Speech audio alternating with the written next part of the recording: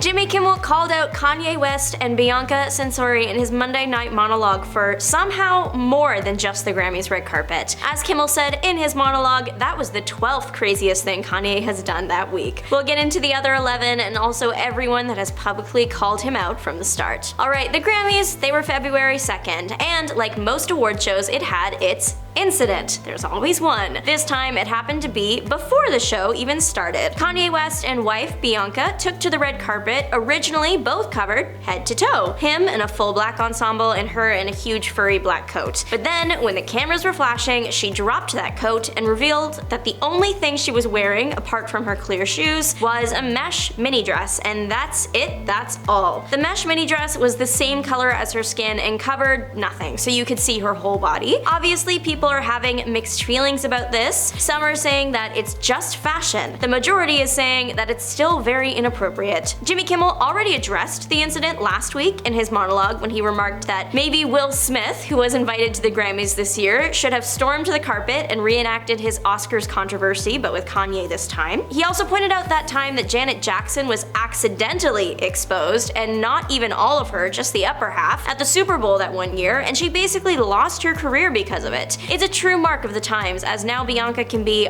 almost nude on the carpet with little worry. Well, there actually might be one thing to be worried about. If anyone else had walked around like that downtown LA, they would have been arrested for public indecency. The first offense, should you be found guilty, is like a fine or some time in the county jail. Due to her status, Bianca would likely just have to pay the fine. What might become an issue in the future is if charges are pressed against her and she is found guilty, that would mean she would need to change up her personal style a little bit. The model is known for wearing little coverage, never like this nude, but a little bit of coverage, and if she were to have charges pressed against her a second time and found guilty a second time, the punishment is much worse, as you are now committing a felony. And that means potential state prison time, and you must register as an S offender for 10 years. It's only been like 2 weeks since the Grammys, so who knows if she will end up with first charges, but I'm guessing if nothing pops up by the end of February, she's probably in the clear. However, many people would and have argued that the model be held accountable. Australian morning TV host Natalie Barr said that she was concerned for the woman. She worried that Bianca wasn't acting of her own free will, as she felt like Kanye looked at his wife in a sad and disturbing way. Elizabeth Chambers also said that she found the situation concerning and that it ticks all the boxes of coercion, control, and toxicity in relationships, something a show that she has produced focuses on. Meghan McCain called Kanye a vile piece of garbage and called upon him to leave the public alone. Megyn Kelly of The Megyn Kelly Show called the moment classless, especially inappropriate considering the event is watched around the world by those of all ages. Even those on the red carpet are all ages, and one young man was pictured sneaking a peek at the carpet at the moment it was happening, and that just made everything worse. Host of The View, Alyssa Farah Griffin, said that she didn't want to see the pair on the red carpet at all anymore. Since the Grammys, Kanye has been active online, to say the least. He has been very supportive of his wife and made it very clear that she can make her own decisions and that he isn't controlling her at all. He's also said a lot of other stuff that has garnered international criticism,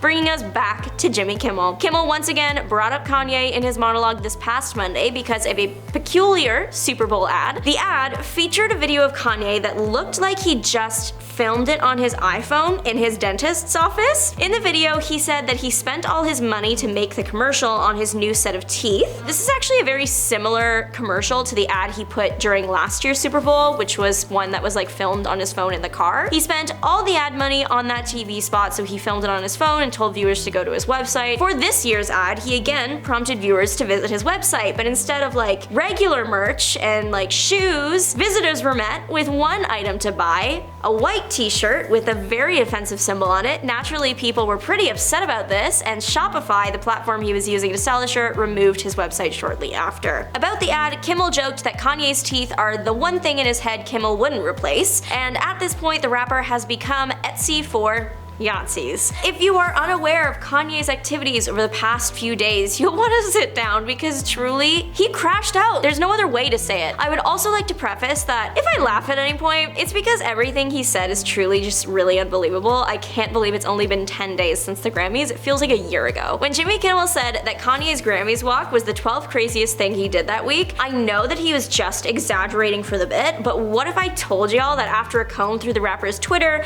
and recent news about him, I found more than 12 things to talk about, so here we go. Okay, so for the tweets, I'm using a variety of sources and mainly screenshots from the internet and an online archive of specifically Kanye's Twitter account. So the online crash out is not totally out of character, as this is something the rapper has done before, but I wouldn't be surprised if it was spurred on this time by the wave of criticism that he received after the Grammys. He did reference the moment passionately a few times. One tweet sent at 5:39 a.m. on February 7th stands out. A lot of criticism surrounding the Grammys red carpet is people worried that Kanye made Bianca do it, that she had no agency over her fashion choice for the evening. Lip readers online were alleging that the rapper was the one to tell her to remove the coat. Body language studiers were saying that Bianca was sending signals that she didn't want to do it, etc. In this tweet, Kanye said, "I have dominion over my wife." However, he also said that he wouldn't make her do anything she didn't want to do, just that the look wouldn't have been able to happen without Kanye's approval. A rep for Bianca also said that the model is in complete control of her own wardrobe choices, so at least we can rest easy about that specific situation. The reason people were creating theories that Kanye was controlling Bianca is because past partners of his have come forward saying that he had tried to control their outfits before. Kanye allegedly has a history of negative experiences with his partners, and that's actually self-admitted now. During his many tweets, one of them said that he has struck past partners before. He also, throughout the week and in that tweet,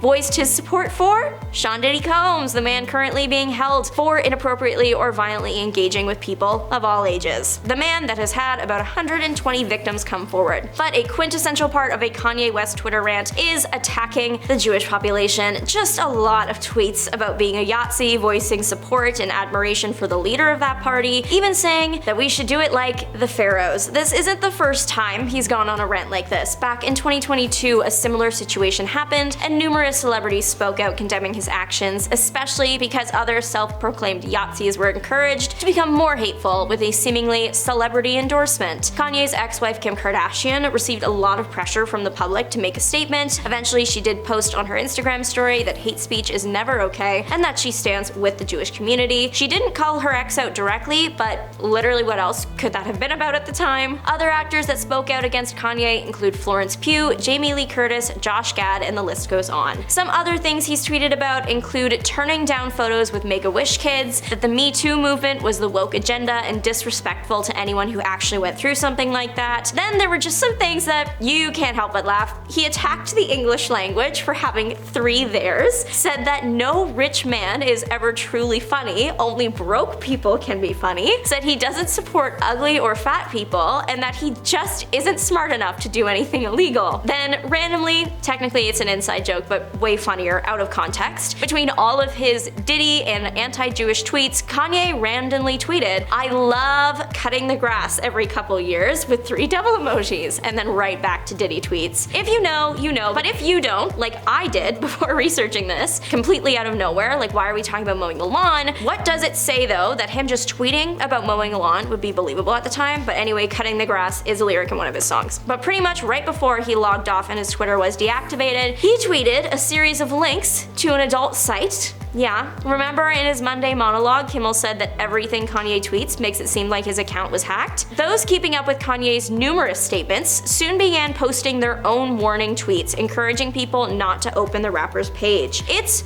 wild to believe that just a few years ago, Kanye was releasing a gospel album and tweeting condemning the adult film industry. He also called for all the posts featuring it to be removed from the platform. Oh, how the turntables. So that's kind of where we're at right now. What do you think about everything that's gone down so far? Let us know, and if you're looking for more, check out the rest of the channel. Thanks for watching. Bye!